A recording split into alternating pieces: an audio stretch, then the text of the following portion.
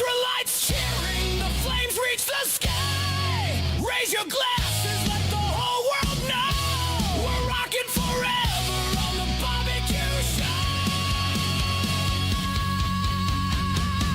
Get in the smoke, let the fire take hold. Raise your lighter, stories told. Barbecue thunder, the spotlights glow. Rocking the pit on the barbecue show.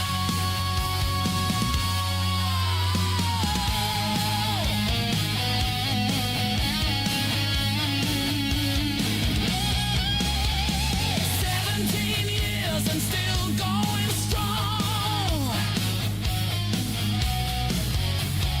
White whales landed, he's played that song. Breaking the news, Hall of Fame on the line. With Connie's recipes, the stars align. He's the flame that never dies, a barbecue hero with fire in his eyes. Get in the smoke, let the fire take hold. Raise your lighter, stories told. Barbecue thunder, the spotlights glow. Rocking the pit on the barbecue show.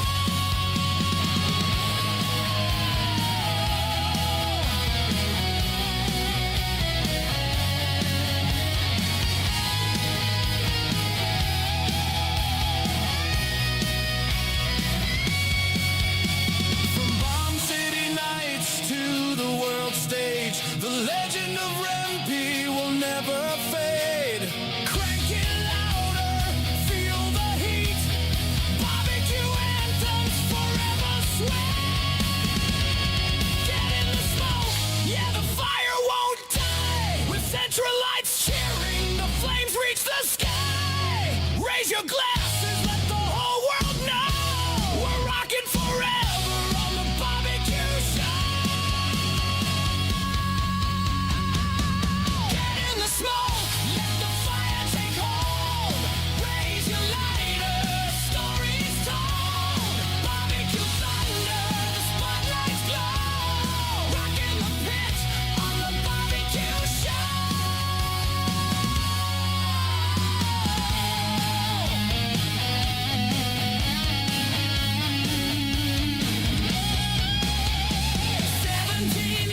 And still going strong. White whales landed. This is John Dawson of Patio Daddy-O Barbecue in Boise, Idaho, and I've got it locked on the 50,000 gigawatt blowtorch of the internet that is Barbecue Central. Let's go! We'll do it live. Okay. Well, do it live! I'll write it and we'll do it live! So to get that perfect barbecue, you use wood. Are you sure it's safe? Whatever. We put the lighter fluid on, strike the match, and... Oh, should we call the fire department? That might be a good idea.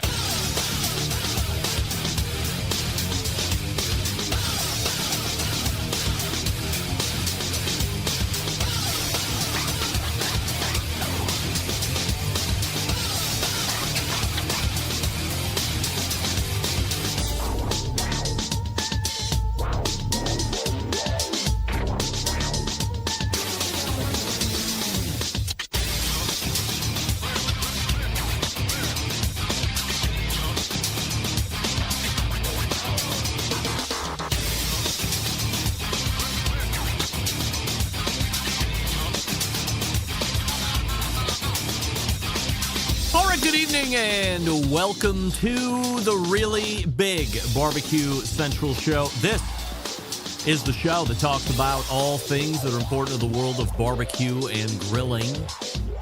This show originating from the Rock and Roll Hall of Fame city, Bomb City, USA, Cleveland, Ohio, the barbecue capital of the North Coast, and within the last hour, the trade capital of the NBA North Coast. If you're into that kind of a thing.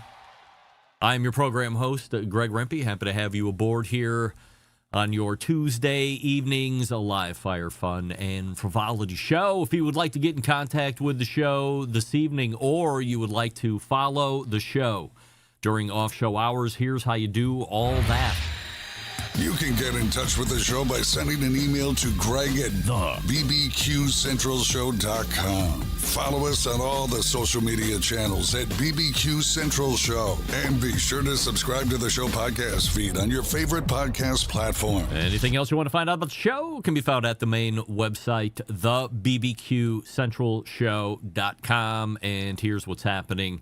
In case you didn't read the Facebook post, because remember, we waxed the newsletter as of this show. So every communication from a heads-up standpoint will go on the show Facebook fan page. So make sure you give that a like and a follow and a subscribe and whatever you do to a Facebook page so you can get the updates on what's going on later in the show on a Tuesday. Coming up in about 12 minutes from now is the first Tuesday of February, believe it or not. And we are, of course, joined by our pal Malcom Reed out of BBQ Right. Don't know if you knew it or not, but soon enough we will be seeing the last NFL game of the 2025 breaching into the 2026 season.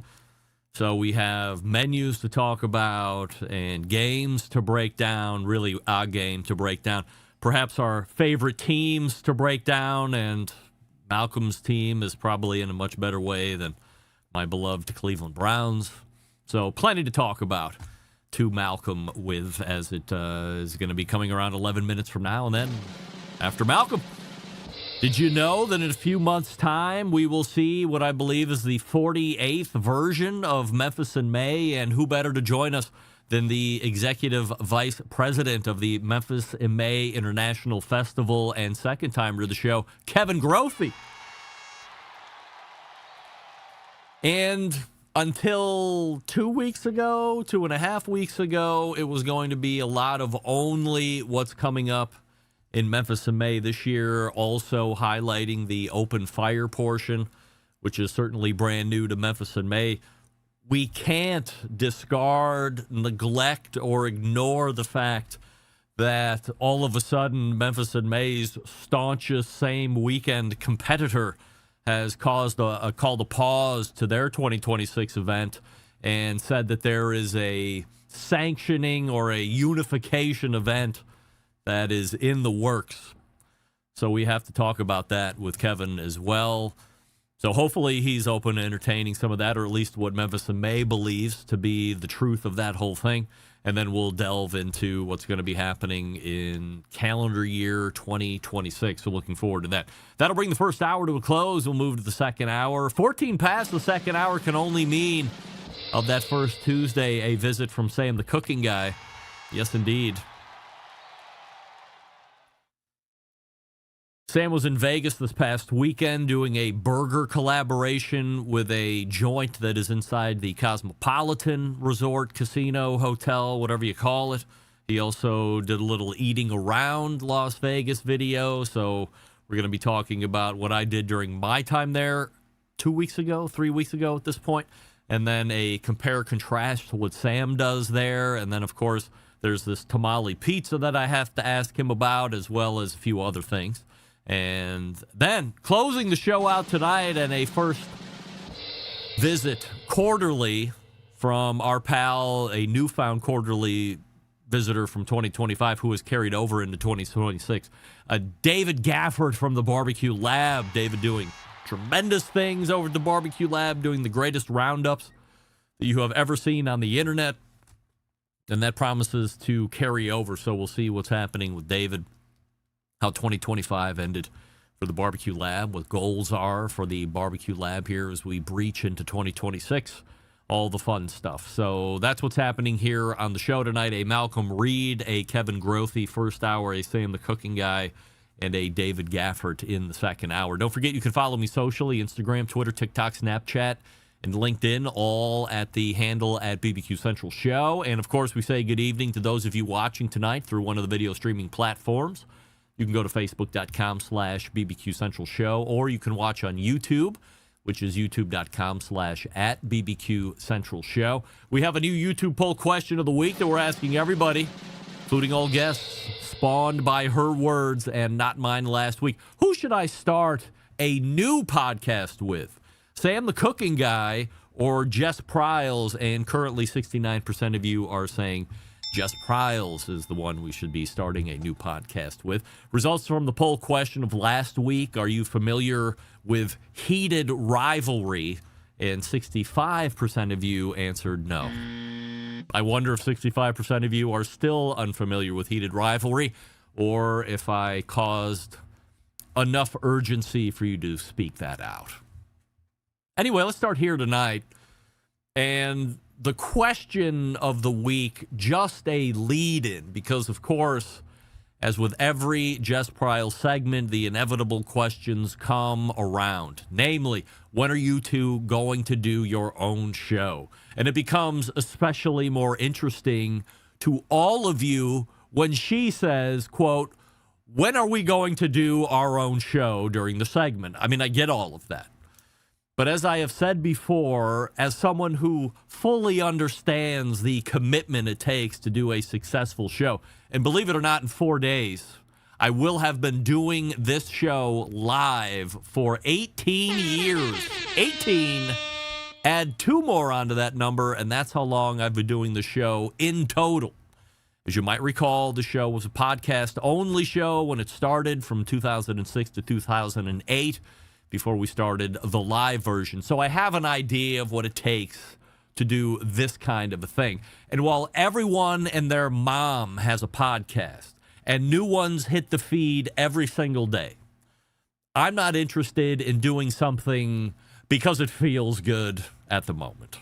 In fact, I am disinterested in doing a show just because someone brings up good, or somebody brings up how good of an idea it might be. Good shows have plans. Good shows have vision. Good shows have repetition. Good shows carry a long, burning passion. And most of all, good shows have a host or hosts who don't see an end. Am I saying that Jess isn't meeting those requirements? No. But I am saying this. Socially, she is way more popular than I am. From a business standpoint, she is way busier than me from a travel and an engagement standpoint. So while I can sit here and tell you that I know what it takes to do this and do it right, Jess would have to be the one that approaches me because I'm not asking her. She would have to bring the concept, the vision, the roadmap of success for me to evaluate, and then she would have to commit to actually doing it. And really, when you break it down, all of these components, the hardest one is the last one. Yes, it's all fun and sexy in those first few shows. But what about show 45 or show 145? Or how about show 945? Indeed, that is when the real players show up and when the fakers succumb to pod fade. So the ball is in anyone's court who feels like I would be a good show partner. Just know that my standards are high because that's where they have evolved to. If you haven't already met those standards, we aren't going to be doing anything. It's an effective non-start, as they say in the NASCAR industry. Malcom Reed is in the green room. He's ready to go. Another one who has found a way to continue to do podcasting correctly. Before we get to Malcolm, let me talk to you quickly about our pals over at Primo Grills. What do we love about ceramic cookers? We love that they're fuel efficient. We love that they can achieve low and slow temperatures for traditional barbecue meats.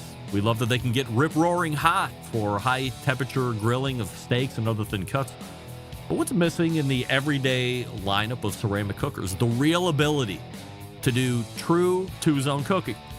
Two-zone cooking is very important to both professional and backyard cooks alike. It's the best way to manage a fire and cook with confidence. However, getting a two-zone fire in a round ceramic cooker isn't very realistic. Why? Because it's round. And a Primo grill and their game-changing oval design, the shape giving you the ability to execute that 2-zone setup that you desire. It also gives you the other ceramic grill benefits as well. And when you break it down, there's more than 60 different ways, 60 different ways to cook on this thing. So you're only limited by your culinary imagination. By the way, only sold through dealers.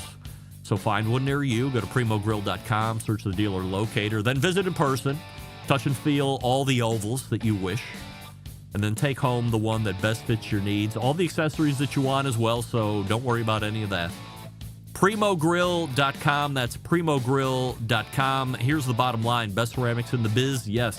Patented technology? Yes. True 2-zone cooking capabilities with multiple sizes of ovals? Yes and yes. Don't forget to follow them on Facebook and Instagram. primogrill.com. We're back with our pal Malcom Reed right after this. Stick around. We'll be right back. You're listening to the Barbecue Central Show.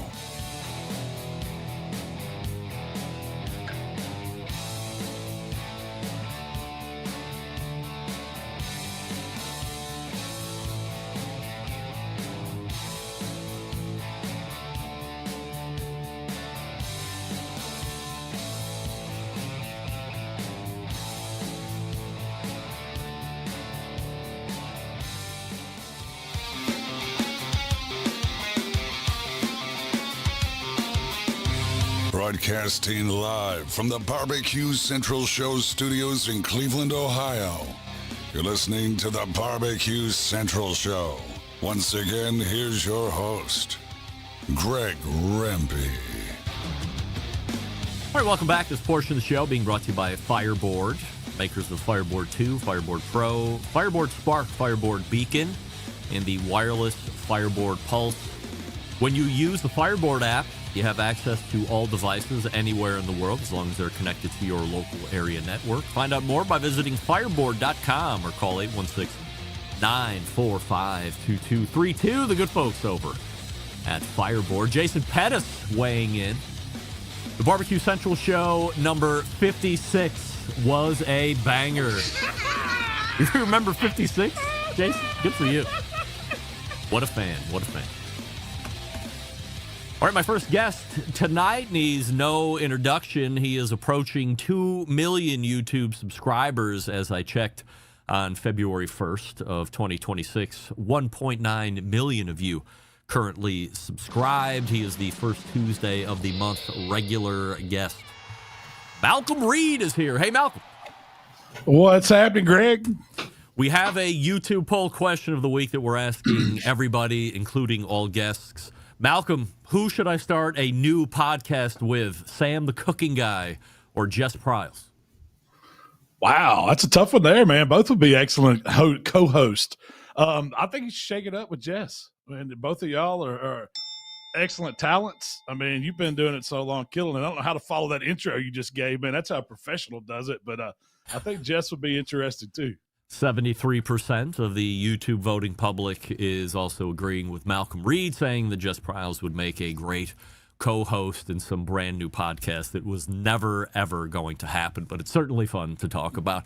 Malcom, football is coming up, and I don't know where you fall out on NBA other than Memphis Grizzlies or kind of your local team. Are you an NBA fan? Yeah, I try to keep up with it, man. I've been seeing all the trades going down today. We just dropped half our team, it seemed like. The Grizzlies did. We picked up some first-round picks. I'm not too excited about who they transferred, but I saw the Cleveland news, man. Congrats. I don't know if that's congratulations. Darius Garland, I mean, so you have a 36-year-old now incoming James Harden. We've traded away a 26-year-old Darius Garland who has really not seen the playing for very much at all this year. Of course, had that foot injury during the playoff run of 2025 and never seemed to really get onto his feet this year. I mean, to me, almost like football or any other sport that involves you being on your feet, if they're not good, you're kind of screwed, especially in football, right? Or especially in basketball, because you're on those feet, you're cutting, you're pivoting, you're doing jumping and landing, you're doing all this stuff. If your feet aren't right, while I don't know if it's a great trade for us, bringing in a really fat, bearded point guard who's averaging 25.5 points, by the way, this year, which isn't too shabby. It feels like we've just offloaded somebody who we feel just might be hurt, maybe for the long-term foreseeable future. Yeah, I can see that. I mean, I'm no NBA expert by far, but I just know Harden's fun to watch. You know, I remember him down in those Texas days when he was down there playing, and then he's a baller. So I know when they get old, I mean, you know how it goes, but it should still be fun and entertaining. Here's what I've heard: the Cavs aren't even done. There is a real outside shot that somehow we're going to land Giannis Antetokounmpo this year, and after the season, we're bringing LeBron back. We're going to bring this dopey kid back. And we are, because he's going to be finishing his first year at Arizona, we're going to be in line to draft whoever, I think it's Bryce James. We're going to have 3 Jameses, a Greek freak, and a beard on the team. What do you think about that? I don't know if that's a good idea. I think it's terrible. A 98-year-old LeBron James coming back to Cleveland where he won the title. All right. Anyway, we have a big football game coming up here shortly. And, of course, neither of our teams are going to be in it. Like, how do you feel about Minnesota's chances for next year? Not too good with our quarterback situation. I wish they would trade and get somebody. I've got my hopes up that they're going to make some kind of trade happen or pick up somebody. I'd like to see, a good veteran quarterback come in there. I think when we traded away Sam Darnold, I mean that was a pretty dumb move. And then we had Daniel Jones there at that time at the end, let him get by. I mean, it's a bad management from the Vikings side. I guess that's why when you're the general manager, you get whacked.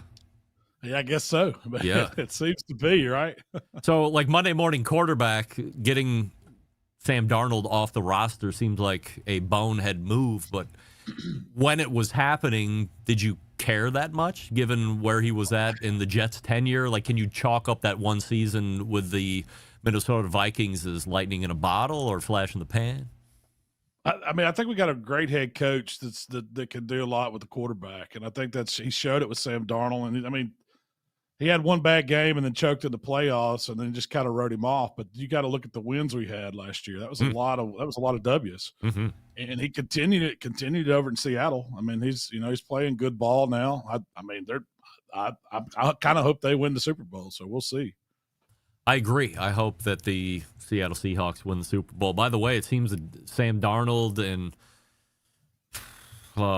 there's no way his name is going to escape. Josh Allen are like best buddies, and they hang out all the time. And they're Josh Allen is not going to be associating with losers. That's what I got to say about that.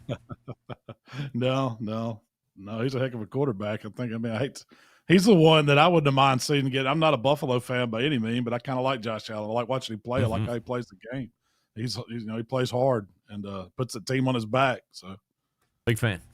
Better than the game itself, certainly the food. And I have to remember to break out the industrial-sized nacho cheese dispenser. We've already talked about it in my house. This is something we cannot forget to do. So that's something that will be making appearance. What's on the menu at a house of Malcom Reed?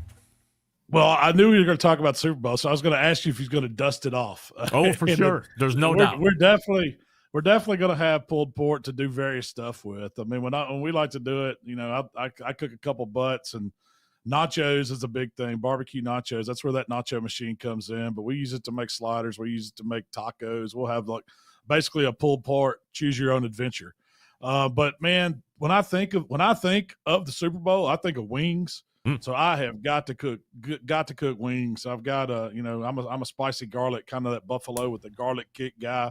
I like the jerk style wing, and then I've got a new one that I'm kind of working on. It's going to be like a chili crisp wing. It's kind of got a little sweet element to it, but it's got some of those Asian flavors with a lot of that good chili. Have you had the little fried chilies in the oil?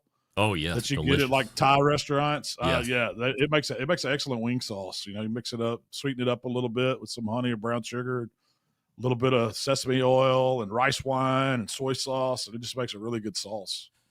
I think there's a lot of great ways to prepare wings. If you're a listener to this show, there's a really good chance wings are going to be finding their way onto a smoker or onto a grill.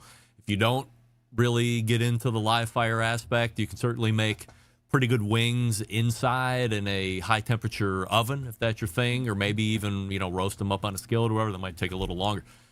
To me, no better wing to start with than a deep fried wing. Oh, yeah. Where do you fall out? I'm a whole wing man first, and I want them deep fried. That's the traditional way, man. That's the way. And now, when we do them most of the time at home, I'm a grill man, so I'm throwing them on a grill, pellet grill, smoker, something like that. But you're not going to beat a deep fried wing. You just that's the way a hot wing is supposed to be cooked. And there's all kinds of ways to do it, like you mentioned. But I just think that traditional fried, not breaded, just a fried wing. I don't want the breading. I don't want the thick crust on it. I just want the skin to get crispy in a hot oil. I want to toss it in a sauce fast, and I want to eat it right there. Hot is the best. No, absolutely. Just Hot wing, traditional. Yeah. Yep.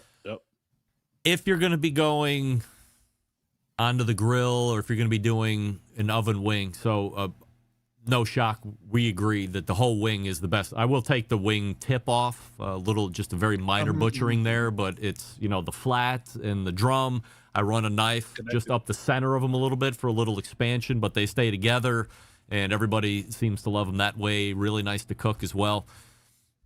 I see a lot of people using, is it baking powder or baking soda? It's one of the baking elements, and forgive me, I don't know which one it is. Maybe you do. I would assume you do. What are we using that for?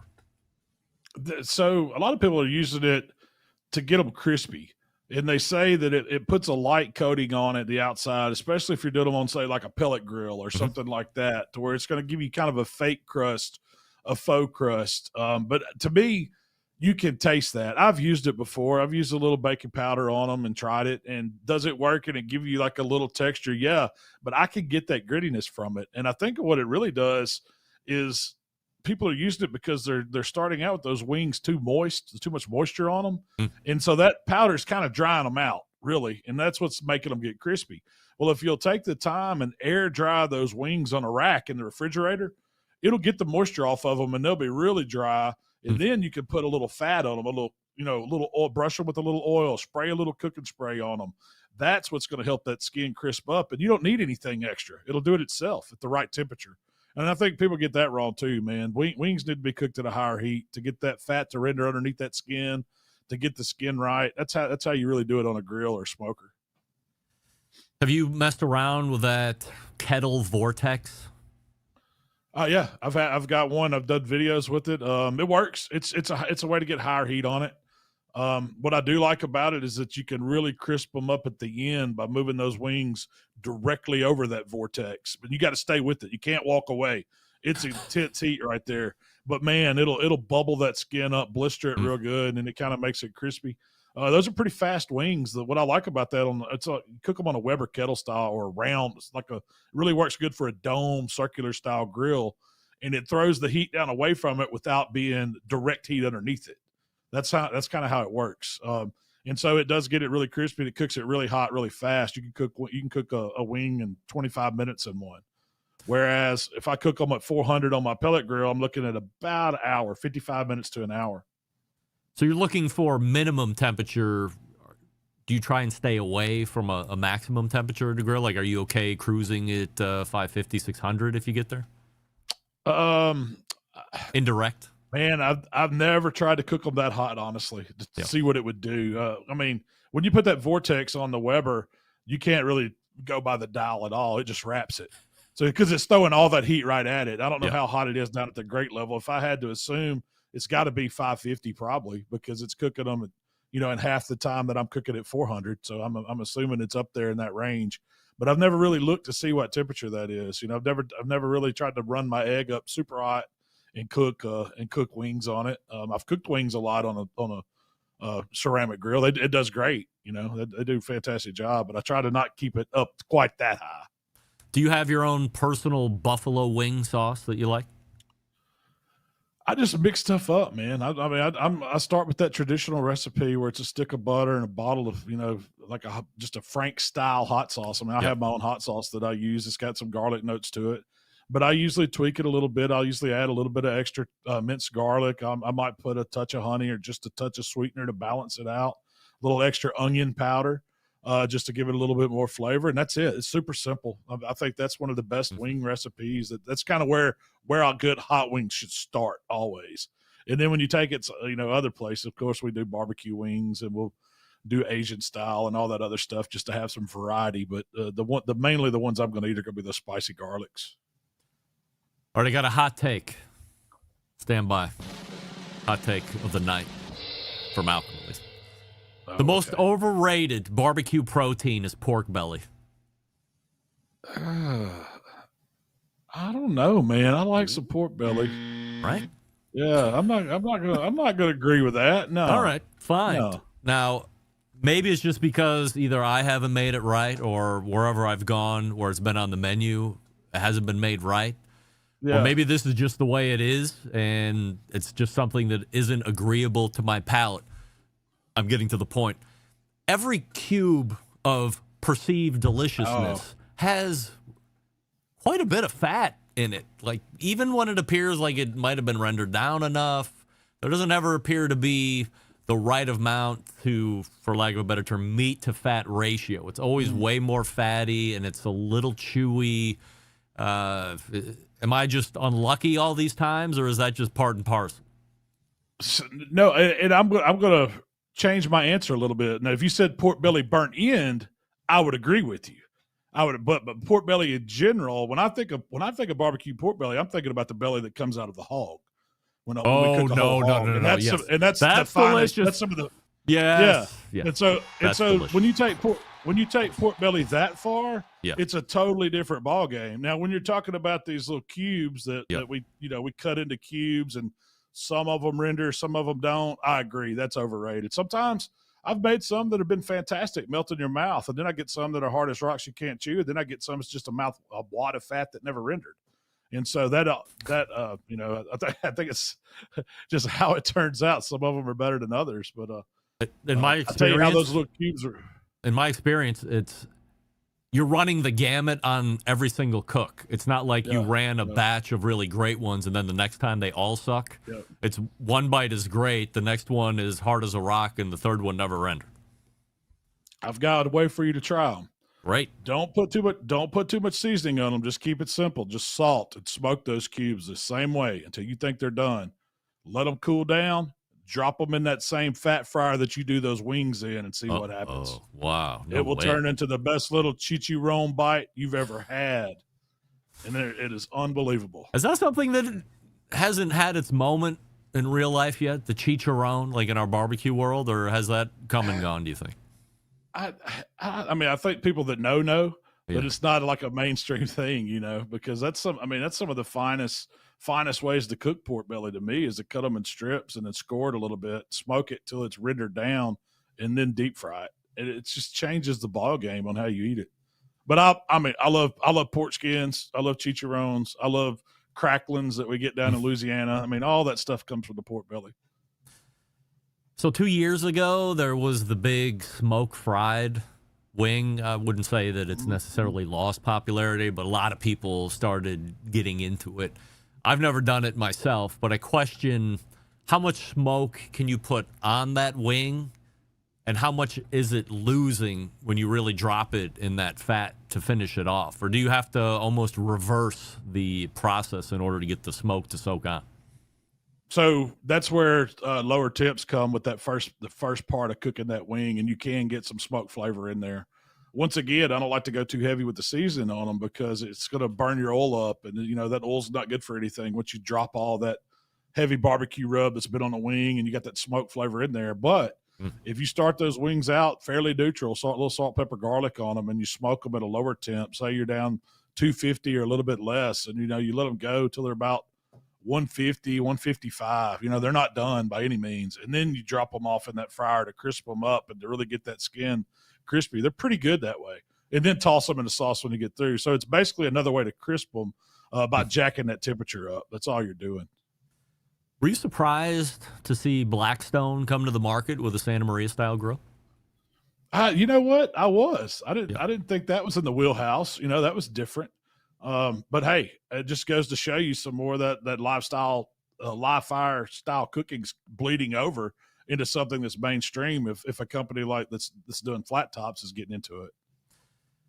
Last question before I let you go. I don't remember. I know we talked about it last month, but I don't know if we covered this specifically since January when we first talked. Actually, it was pre-recorded, so that was probably even before end of the year.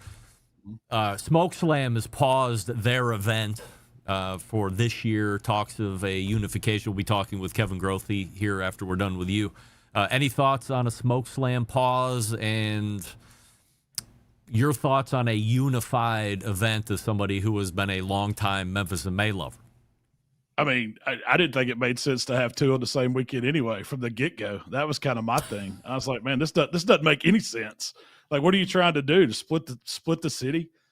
So yeah, I'm not shocked at all that one of them bowed down, and I'm not shocked that it was Smoke Slam because Memphis and May has been around so long. And we've got all these people that are loyal to Memphis and May, and it's a great event. Not that Smoke Slam wasn't a great event. I actually went down there and checked it out a little bit last year. It was a cool event, and it was in the old spot on the river. But, hopefully, I never like to see a contest completely go away like that. I think it's bad for barbecue. So if they can come to some kind of compromise, do I think there is I don't know, have as much notoriety or even any comparison to Memphis and May, the world championship? No. You can't just make something up and just because you get a big pay purse and say, oh, all of a sudden you're the biggest and the best and you need to combine with me. I don't think that's a right way to look at it. But we'll see. I think Memphis and May has proved that they're going to be around no matter where they're at. People are going to come cook it. It's ran by a great bunch of people, and a lot of my buddies still and will cook it, for years to come. So I'm glad to see Memphis and May doing as well as they are. Malcom Reed right here. Of course, you can subscribe to his YouTube channel over at youtube.com/@HowToBBQRight. And you can find him here the first Tuesday of every month. Malcom, appreciate the time, and we will see you in March. All right, Greg. Have a good one, man. You got it. Our pal Malcom right there. And a lot of people agreeing with Malcom on his take there with Memphis and May. Good news is we have the executive vice president on deck. So looking forward to that. Before we get to him, let's talk to you quickly about Big Papa Smokers. New year, new barbecue goals. Fire up the flavor. Oh, wait, we're in February now, right? Yes. Competition season's heating up. And now the time's to stock up with Big Papa Smokers, your source for championship barbecue flavors. Load up on the award-winning Sweet Money and the competition-proven brisket and steak rub before the pits fire up and the smoke rolls in. Whether you're chasing trophies or perfecting your backyard game, Big Papa's got the flavor that wins. Shop now at BigPapaSmokers.com, and while you're at it, use promo code REMPE26. That's REMPE 26, all one word together. REMPE26 at checkout for free shipping. Exclusions apply. Big Papa Smokers, real barbecue, real results. And we're back with Kevin Grothe right after this. Stick around. I'll be right back. You're listening to the Barbecue Central Show.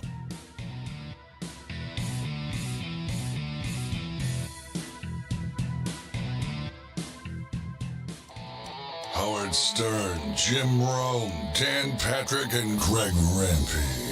The Mountain Rushmore of talk show entertainment.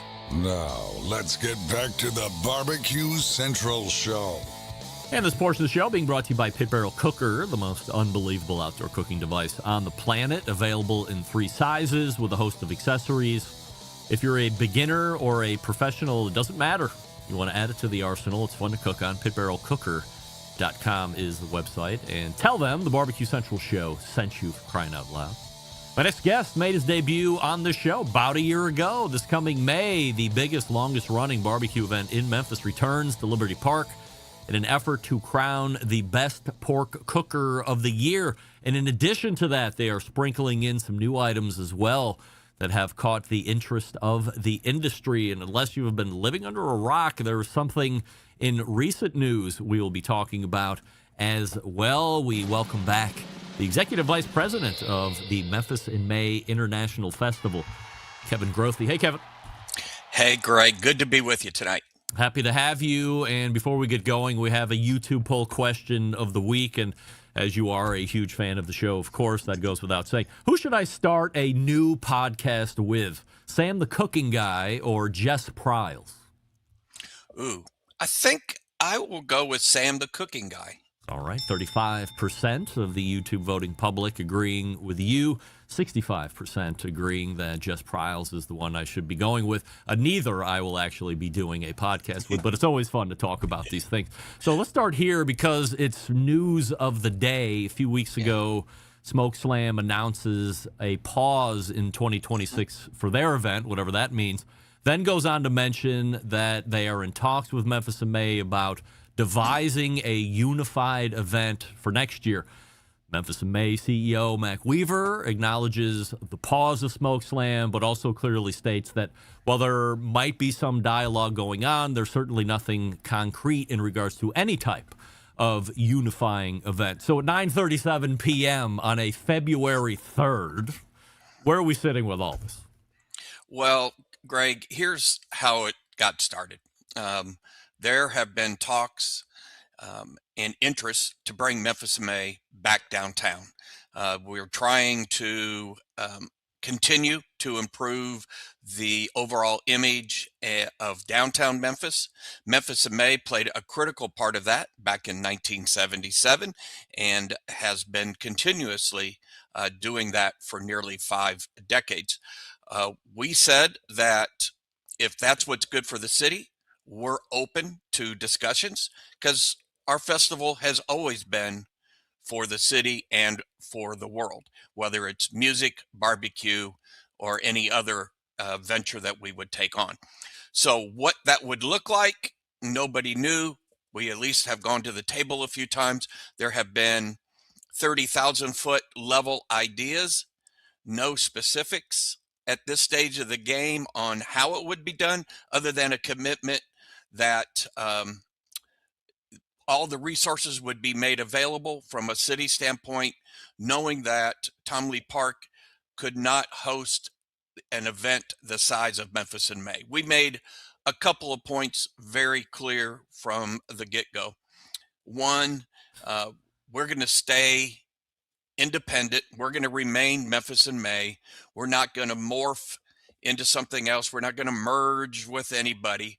We stand firmly that the tradition of Memphis in May, and especially the World Championship Barbecue Cooking Contest, is an important identity for not just the organization, but I think for our city. I think Malcom stated it very eloquently, to be honest with you, Greg. But we would work with anybody if it helps make the event bigger, better. That's okay. But it's still going to be Memphis in May. It's still going to be the World Championship Barbecue Cooking Contest. And that's really the extent of where the conversations are and have been. And like anything, discussions usually move very, very slowly.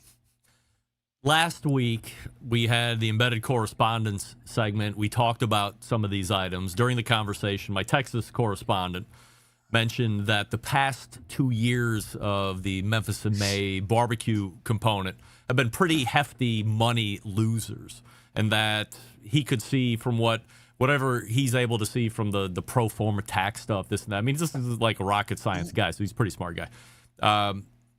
We're trying to figure out like what's left in the reserves standpoint, and from what he could see, he's like, well, if they maintain the same amount of loss, you're looking at maybe a couple years left before things might get a little dire. Is that a fair assessment? Things are much tighter now than they were pre-COVID. We had a good reserve build up.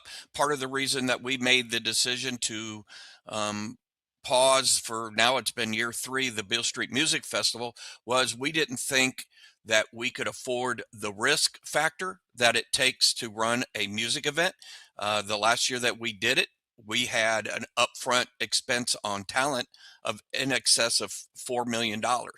So when you go do that, you really need to perform to recoup that, right? Barbecue is a much different scenario, okay? And the good part, and we're making changes to help offset the decrease that we've seen in some participation from a barbecue team standpoint, and also kind of change it and be more than just a contest. We don't want to diminish the allure, the prestige of the contest, but we think there's room for having a contest and be a festival, something for everyone from a public component. So with what we're seeing already this year, with the addition of the open fire contest, we're in year 2 of our junior contest. Even the very first week that applications were open in November, Greg, we already had like 6 or 7 new teams. And I think it's mainly because we've started an outreach program working with entities like Al Fragoni and the Open Fire. We've been working with the Rib Cook-Off Association. We've been working with the Champions Barbecue Alliance out of Texas, the Steak Cook-Off Association. We introduced that a year ago. All those things, I think, are enhancing the overall event, the contest itself.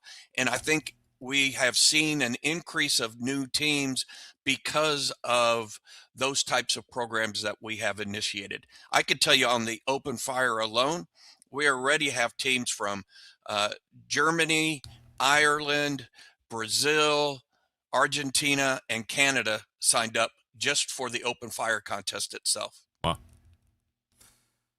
One last question about the previous topic. Nothing to do with Smoke Slam necessarily, but to me, and who am I, it seems horrendously unrealistic that Memphis in May would go back to Tamale Park, given its newly revised condition that was supposed to be done under your direction, all of the damages that took place. I think it would be short-sighted to think that moving back to Tamale Park would somehow be less of an intrusion as it had been for the last 50 years. Aside from where it is at the end of the street, or you're on the river, I mean, I get all the reasons why it was a great look. Mm-hmm. But from a realistic standpoint, this doesn't seem like it would make a lot of sense for you guys to go back over there without a ton of assurances that you were going to get jammed up. Well, one of the talking points has been, how can we create this event and utilize Tamale Park and other sectors of downtown? Let's think of it in a different way than ever before. And I don't know what that would look like. That's part of the puzzle to figure out. But that's what has been put out onto the table, that nothing is off limits as far as downtown is concerned. Now, again, as somebody always told me a long, long time ago, love is in the details. Well, the good news is this. I'm a forward thinker. I have the solution to everything. It's called Cleveland in May. Look at this. Look at this play. Cleveland in May. It's got a nice ring to it. All right, so what are we expecting as spectators and potentially competitors in this version of Memphis in May this year? Yeah, so the main portion of the contest remains unchanged for 2026. Like I said before, we added the steak cook-off component. Last year had well over 100 entries into that. So that will stay put. We're in year 2 of the junior contest that we started a year ago, which was a huge success. We had 22 teams from 7 different states in the first year. The good part about it, Greg, was the entry fee was very modest. It was $500. We designed the contest so that it was more of shorter type cooks. So as an example, the categories were steak and pork chops and chicken drumsticks and dessert, not briskets or ribs. Not that there aren't some youngsters between the ages of 9 and 17 who are capable of it. We thought, let's use this as an opportunity to get even novice juniors into grilling more, right? And then once they get the bug, then they can enhance their own cooking skills. So we think year 2 of that will be huge from a competition standpoint. And then adding the open fire is a whole nother component. And what we're going to do is something that I don't believe another contest has done. As I mentioned, we're partnering with Al Fragoni, who's probably one of the most recognizable people when it comes to open fire, live fire, right?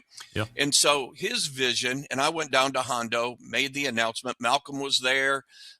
Heath Rouse was down there doing some stuff with him, and a whole slew of Mike Starr, obviously those two are very tight, whole slew of barbecue people. And when we made the announcement, I mean, I was just besieged with brands and barbecue enthusiasts who said, this is awesome. And I think the reason that they think that this is going to be awesome is we're going to hold a contest on Thursday during the day.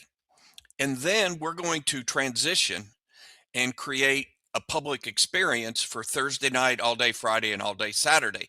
So what will also make it different, because of our namesake being Memphis in May International Festival, what Al and us have been talking about is really highlighting 4 different regions of barbecue around the world.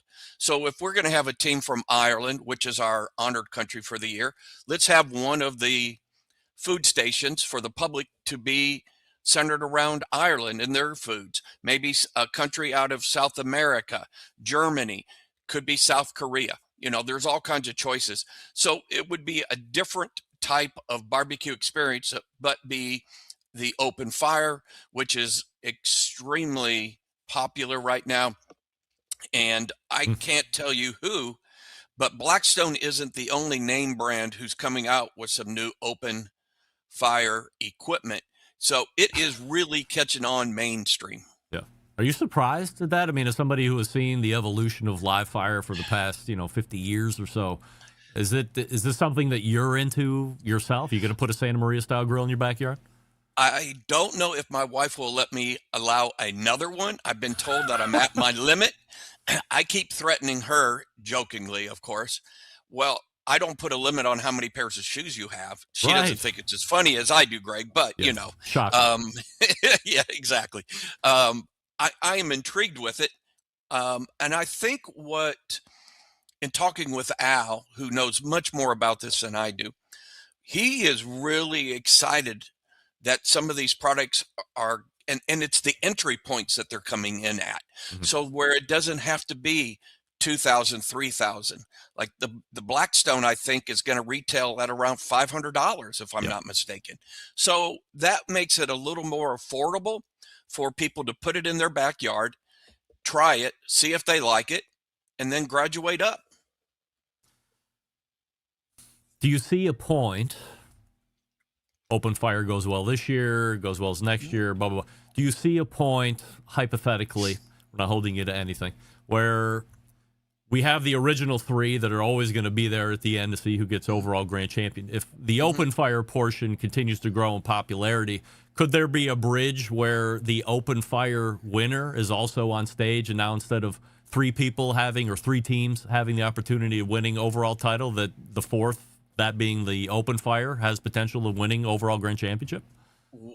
I don't know about the overall grand championship, but we are calling the winner of our open fire contest the open fire world champion, just like we would in the pork category in this.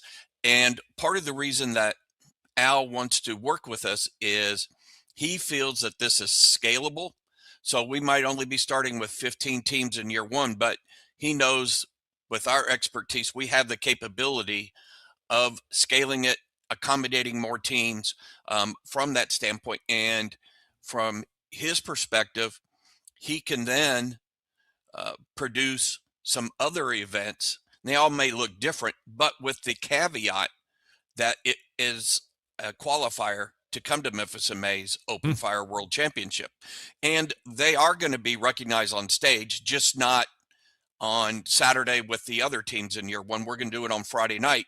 But the trophy that we're giving the world champion of Open Fire will look just like the Memphis in May World Championship too. And we did the same thing with the junior contest, I should add, Greg. We brought them on stage, and we gave them a trophy that, not the same size, but it looked just like our world championship. We want it to be memorable. If we're going to do it, we want to do it right. So the Open Fire down the road in Memphis in May, this could be the culminating event of something that happens throughout the year. You win whatever a qualifying event is in November, and bam, next May you're down in Memphis trying to win the whole thing. We're open to that, and that we're trying to help Al lay the groundwork. He and Mike Starr on that, and we've said from the get-go, as we were talking this through to see how we might work together, that we would welcome that. So that was another thing that I think excited Al to be a part of Memphis in May, other than just it's Memphis in May and it's prestigious, 48 years going strong, as Malcolm was saying earlier. Still spots available for competitors, or are we tied up at this point? No, we actually have applications are being accepted till February the 16th for our professional division. I think it's March the 2nd for the Open Fire division. And then a little bit later than that for the junior contest. If you give me a quick second, it actually closes on March the 16th. So we kind of spread them out 2 weeks apart. Tickets are already on sale to buy experiences, whether it's the Barbecue Alley, which we created years ago for consumers, Tour Champions. Now we've created an Open Fire experience. So there's lots of different ways for people to experience barbecue at a very, very high level, because that's what consumers are coming to. They want to be able to taste quality barbecue. And then with Home Depot, with their outdoor kitchen, we have all kinds of different demos going on there. And because it's Home Depot, you get the outdoor furniture to relax in as you're watching the demos and meet the pit masters, which is important in all of the consumer elements we're doing, and then try the barbecue as well. Sounds like a crazy week that is going to be happening over the course of just a handful of days. So appreciate you coming on tonight, Kevin, and letting us know all about it, talking about some of that Smoke Slam stuff as well. And we'll be looking forward to the comings of Memphis in May 2026. If I may, Greg, if anybody's interested in either competing, buying tickets, we also have VIP packages. Just go to our website, memphisinmay.org. Sounds good. Appreciate the time. Thank you, Greg. You got Look forward to being back. Kevin Grothe right there. And we will have you back, Kevin. I can tell you that. Again, the website, if you are interested, memphisinmay.org, not .com, .org. And you can get all the information right there. Again, that's memphisinmay.org. So you got a steak cooking, you got the junior championships, you got the first year live or open fire event, which if it goes well, this could be the culminating event in May. You're going to spend the rest of the year qualifying, and then, well, wouldn't you know, you qualified, and now you're on your way to Memphis in May for the Open Fire World Championships. How about that? Love it. By the way, appreciate Kevin's honesty and openness while talking about the whole Smoke Slam situation, giving their take on it.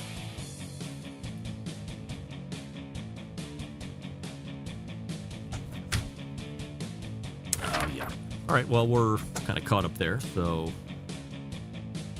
we will wrap up the first hour. Coming back, so stick around. We'll be right back. You're listening to the Barbecue Central Show.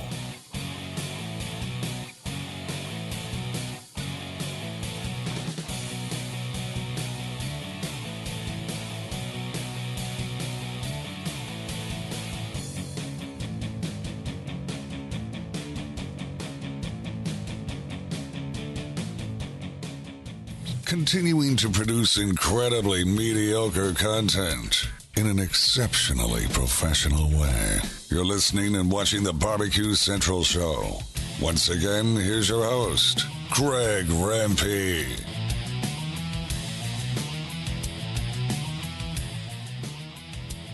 Hey, we thank Kevin Grothe for joining us last segment. Again, really appreciating not only allowing me to ask, I'm going to ask him anyway, but taking the time and the thoughtfulness of answer when talking about the Pause and Smoke Slam and Memphis and May's take on this unified event. Things that I took away most from that portion was this isn't going to be a morphed, named event going forward if there's any type of accommodations made on either side.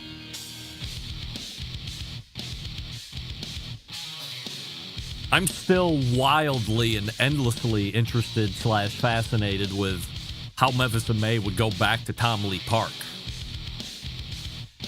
Especially with the CEO of Memphis River Parks Partnership really jamming Memphis and May up a couple of years ago. So seeing them relocating out of Liberty Park, going back to Tamale Park, while it sounds very romantic and nice and all of these other adjectives, I don't know how that happens. Logistically, from a team's perspective. But as Kevin said, if there's other ways where they could take advantage of multiple spaces around the city and pull off a Memphis and May, then maybe that's the solution there. But I think it's unrealistic to think you're just going to be able to drop that bad boy back into Tamale Park. Everything's going to be Jake. I don't agree with that. Also, if you are a competitor looking to get into Memphis and May, you have 13 days left to submit your application. So you can go to memphisandmay.org. That's memphisandmay.org and get your application right there. And then if you want to apply to the state cook-off event or the barbecue, the Junior Barbecue World Championship, varying dates of closure or deadline that you will have to meet there. So just make sure you head on over to the website and get your information, get your entries in. And again, very excited about this whole open fire thing. Is 2026 the year of the Santa Maria style grill? Forget if 2026 is going to be the year that Weber dominates. Is this the year everybody gets the Santa Maria style grill? We'll see. We'll be back right after this. Stick around.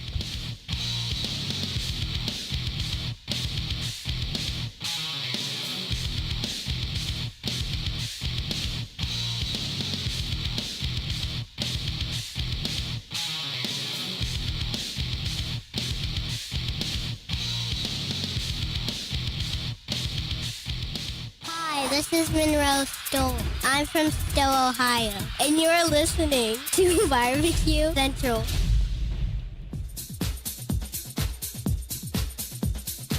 Happy to have you aboard here for the Really Big Barbecue Show. Boing. We cook because we have to, and we grill because we want to. Hit me. Fine, how you doing? You have a great show. I'm a big fan. Boing. So what seems to be the problem here? This man looks like he's dead, and he's in the crackle.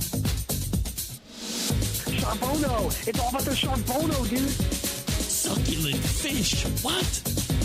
He ate 2 feet or wiener. But listen, Lavernius, shut your face. I'm shaking like a dog shit peach seeds. We have top men working on it right now.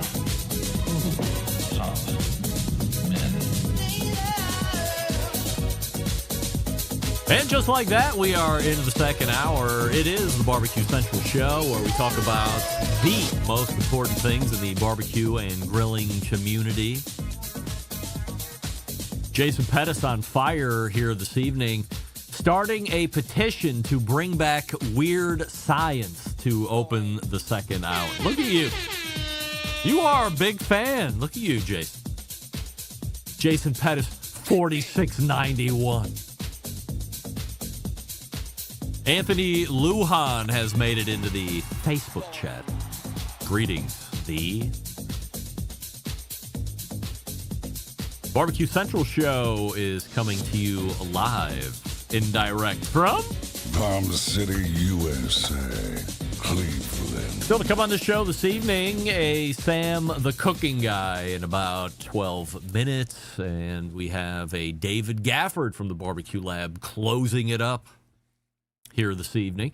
We say good evening to those of you watching tonight through one of our video streaming platforms. You can go to facebook.com/BBQ Central Show, where you will also find the Tuesday update as we have killed the newsletter, or you can watch the show on YouTube, which is youtube.com/@BBQ Central Show.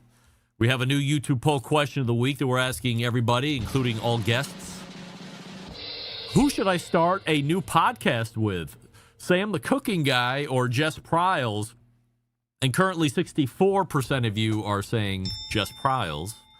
That has clawed back. It started to work out to 72, close to 75% saying Jess Pryles. But now, as it typically does, we start working our way back closer and closer to 50-50, or as I like to say, ditty-ditty.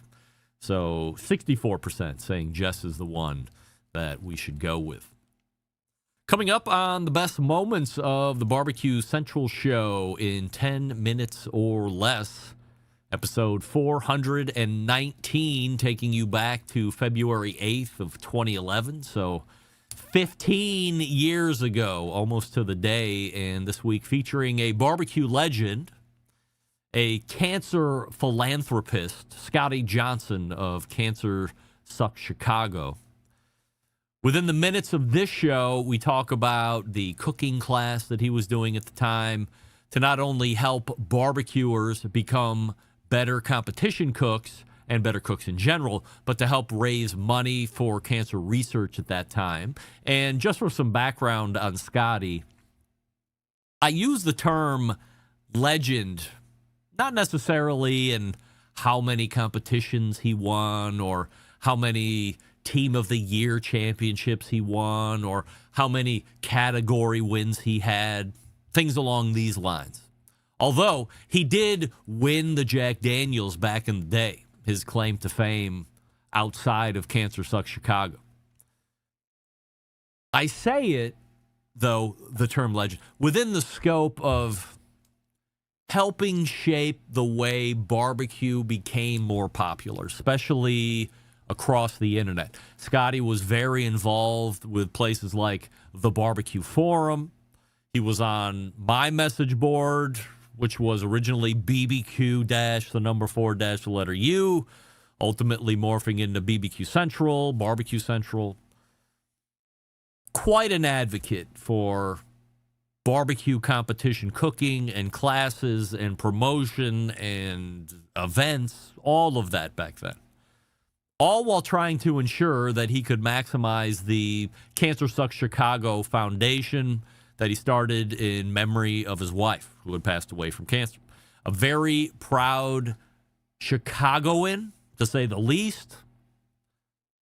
And I've always said this, if you go back and listen to an interview that I had done with Scotty in the past, and you go back and listen to an interview I had done with Dr. Barbecue Ray Lampy in the past, I always hear a little bit of Ray when I talk to Scotty. I always hear a little bit of Scotty when I talk to Ray. It's got to be the Chicagoan in both of them because they are both native Chicagoans. So if you don't know Scotty, this is a good segment of introduction. And be sure to go back and listen to the whole thing because it's a great listen. By the way, you will hear Scotty side mention these names: Mike Wozniak, Beth Wozniak, Q-Wow. For those side mentions, for those of you who have no idea what we're talking about, one of the best barbecue competition cooking teams ever in the history of barbecue competition cooking. Originally, the team was called Barbecue-ow, ultimately just being called Q-ow, but Mike and Beth, dominant forces on the Kansas City Barbecue Society's circuit for years and years. In fact, Mike also nicknamed the Wizard of Waz. That's how great of a team that they were. Former KCBS Team of the Year, multiple grand championships, multiple category wins. And by the way, really good people. You can search him in the show archives. If you use show notes, I believe that's what it's called. Mike appeared on the show a few times back in the day. I think he even took part in a roundtable show, if I'm not mistaken. So shout out to Q-Wow. What's good, Mike? Don't forget you can subscribe to the show by visiting the bbqcentralshow.com/subscribe. And don't forget, if you would like to hear a guest or a segment again that's been lost in the archives, email John and let him know what you would like to hear. JON at thebbqcentralshow.com is the email address to get a hold of John. Again, that's John, Jon, John, at thebbqcentralshow.com. Let him know what you would like to hear. He'll do his best to meet your expectation. Following up on a hot take from last week, no pun intended, many of you weighing in on my Ruth Chris drop the hot plate take as it relates to the aforementioned Ruth Chris. All of you saying that you agree with me. Look, I mean, that rarely happens. Usually, and I've said it many times on the show, I'm in the minority here. I get it. Usually, what I think isn't what the minority of people think, feel, like, whatever. This time around, we're all in the majority here. You're all saying that you agree with me. Look, I'm not one for seeking out agreeance, but in this case, I have to say, Ruth, it's not just me, it's the Centralites en masse saying, forget the 500-degree plate once and for all, for Christ's sake.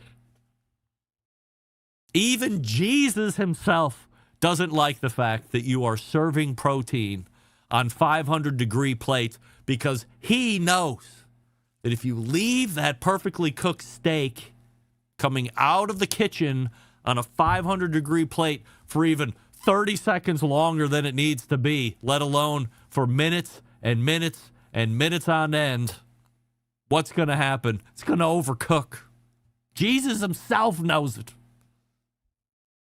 There's no reason to offend him like that. There's no reason to offend true protein, meat-eating lovers like us anymore. And as I mentioned last week, if this was a gas, if this was what everybody else thought was the next best thing to do, well, we know everybody would be doing it. And we know everybody isn't doing it. And we know everybody is not doing it because everybody knows that putting that steak on a 500-degree plate for the next 10 minutes and the next 15 minutes is going to cause what might be a great medium rare steak to be medium well by the time you're done eating it. So, Ruth, get off the plate. We're done with the plate. I don't ever even want to hear anybody going to Ruth Chris. The only time I want to hear about it now is if you say in advance, and I don't want my meat on that 500 fucking degree plate.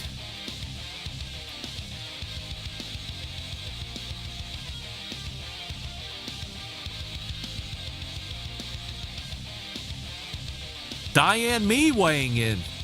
Ginger Jesus himself, Sam Darnold, knows that you shouldn't be using a 500-degree plate. Of course, Ginger Jesus.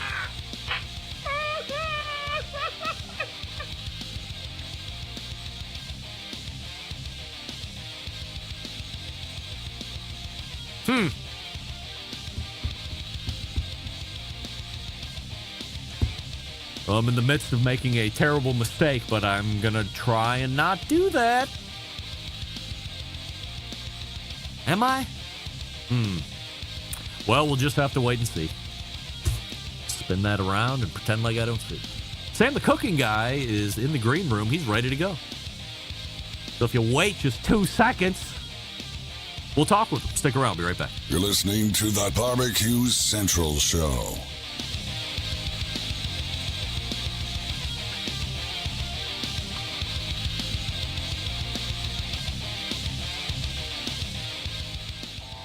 Howard Stern, Jim Rome, Dan Patrick, and Greg Rempe. The Mountain Rushmore of talk show entertainment. Now, let's get back to the Barbecue Central Show. You know what? Fuck it. I'm just going to do it. Step into the world of McAuliffe cigars, where each blend is a chapter and a grand tale of craftsmanship and passion. Our portfolio is a symphony of flavors, each note carefully composed to create an unforgettable Nicaraguan smoking experience. Why, today in the mail, a box of green Robustos and a box of red Toros. This one's a little shorter than this one. Those are two of my favorite colors in the McAuliffe color line. Black, of course, is my other third favorite. It's A, B, and C with these, and usually the one I'm smoking ends up being my favorite at the time. McAuliffecigars.com is the website if you want to check it out. MICALLEF, McAuliffecigars.com. Use the locator to find a retailer nearest you. Gang, it's that time of the month where we welcome in our favorite YouTube cooking personality, cookbook author, TV show host. Sometimes he's teaching people, well, all the time he's teaching people how to cook, but sometimes you can go to his house and he can teach you, or you can contract him and he will teach you somewhere off-site. And who cares about any of that? He is a Barbecue Central Show's guest Hall of Famer, which is most important. It is Sam, the cooking guy. Sam, we have a YouTube poll question of the week that we're asking everybody, including all guests. Are you ready? I so cannot wait. And by the way, I intentionally do not listen to the beginning of this, so I can be surprised at whatever this amazing question is going to be. Bring it on. Who should I start a new podcast with, Sam the cooking guy or Jess Pryles? Jess Pryles. Oh, 64% of the YouTube voting public is saying Jess Pryles is the one that I should be She's starting. way more intelligent than I am. Way more intelligent. No, God. She knows what she's talking about. I'm just a dope. Listen, I don't fit into your world like Jess Pryles does. But Jess this would Pryles be lives, this would be a breathes, separate barbecue. podcast. This wouldn't be an additional live fire podcast. Clearly, this would be a whole new. 64%. 64% of the shitheads out there don't want me anyway. So why would you go against that? Jess Pryles, it is. All right. It is. You mean it in the most, what do people say? I mean it in the best way possible. Shithead. Of course, of course, of course. You were in Las Vegas this past weekend. I was. We missed each other by days. Imagine 2 weeks. Days. I couldn't believe it. Like, what are the chances? We might have almost met. I know. Didn't happen. Nevertheless. Did not happen. You're doing a burger collaboration with some donkey. Is it Donkey Burger? Is that the name of it? Wait, Donkey Lounge was the name of a place. I'm getting all these places messed up and combined because I also watched the video that you did to all the places you were eating. Thank you. Ghost Donkey is a mezcal tequila bar. Damn it. At the Cosmopolitan. Yes. We're doing it's a burger collaboration with Naughty Patties. Naughty Patties. At That's right. the Cosmopolitan. That's what it is. Yes. That's By the way, in the Cosmopolitan on the second floor is Egg Slut. Yes. Guess what? Highly overrated. Highly overrated. Yeah. I've never eaten there. I've seen it. There's always a big line. So Naughty Patties is about a 15-second walk from Egg Slut. I probably walked right past it, didn't even notice. No, you probably didn't notice. Thanks a lot. Jeez. Well, no. I didn't even go this time. Go this was like last March or whatever when I went to Vegas the first time. No. We weren't doing it then. We weren't doing it. It just started. How long does this go for? It's like you're there for the launch and. Probably no. It launched a week before me. Then we did the meet and eat last Friday. And it'll be on the menu for a month or so, something like that. Just a little fun in everybody's life. How long do you show up, or how soon in advance are you showing up for this event? You there for the whole week, or just the day before? No. So we last fall. Here's the genesis of this thing. The Cosmopolitan reached out last year. Last July or something. No, June. Mid-year. And said we're opening up our own burger place in this Block 16 food hall where Egg Slut is and Momofuku and stuff like that, and the Cosmopolitan. And we'd be interested to know if you'd like to do something with our chef. And their idea was maybe we send our executive chef to you to be on your YouTube channel to talk about it. And I thought, well, that's boring. Who wants that? Nobody wants to turn on Sam the Cooking Guy and see a guy there in his chef whites talking about a burger place at the Cosmopolitan. That's no fun. So I said, I like the idea, but let's see what we can figure out. So I said, hey, I like the idea, but let's do something better with it. I said, how about like a proper collaboration? And I'll make a burger. You guys put it on the menu. The only thing is, I want there to be some charity component. So people buy it, and a piece of the burger goes to, you can be your charity. That's fine. Turns out MGM Resorts has a foundation. It's all good. So they agreed to that. That was cool. And then I said, but wait a minute, while we're there, maybe we do something more. Maybe we make it Vegas week. We culminate with the burger collaboration. We're generally Monday, Wednesday, Fridays. Yeah. Friday will be the burger collaboration. The first one on Monday that you watched was, a bunch of places that we like to eat at, that we think are great to eat at in Vegas. And then the middle one, the one I liked, that I was really excited about, was I'd love to do a behind the scenes of the food scene at the Aria where we stay, sister hotel to the Cosmo. They're all right there. And they were like, we'd love the idea. Of course, why wouldn't they? I'm going to make them look good, presumably. I'm not going to say anything shitty about them. And then you get to kind of see a little peek behind the scenes of the whole room service and the food service deal at the Aria, which honestly, for me, was really cool. I like that. It didn't scare you at all? For what? Well, look, way? I mean, you sometimes not sometimes. Every time I've ordered room service, I don't have any idea where the hell it's coming from. They could be shipping it in from downtown. It could be coming from 5 blocks over. It could be coming from Sam's basement. I mean, who knows? Coming from Sam's basement. Yeah, but you saw the room where they make it. Yeah, you saw the room. It was of everything we showed. The butcher shop that they have, the bakery, the giant prep kitchen where they sous vide 1,500 pounds of short ribs at a time. All that. The least interesting part of everything turned out to be the room service kitchen. There's a couple of guys in there, giant space, not very exciting. But I will say, what I ordered came out great. They did a good job. I mean, it's the Aria. They do a nice job there. Yep. They really do. We had a great time. It was lots of fun. You like Vegas, generally speaking? Well, I don't gamble, so I'm not going to Vegas for that. Kind of the restaurants are a big part of why you would go to Vegas, if you like to eat, because hard to find a restaurant there that you couldn't enjoy something at. There's always going to be something good. Now, you could find something good in any town, really, but Vegas has a lot of upper end restaurants, a lot of very big fucking names.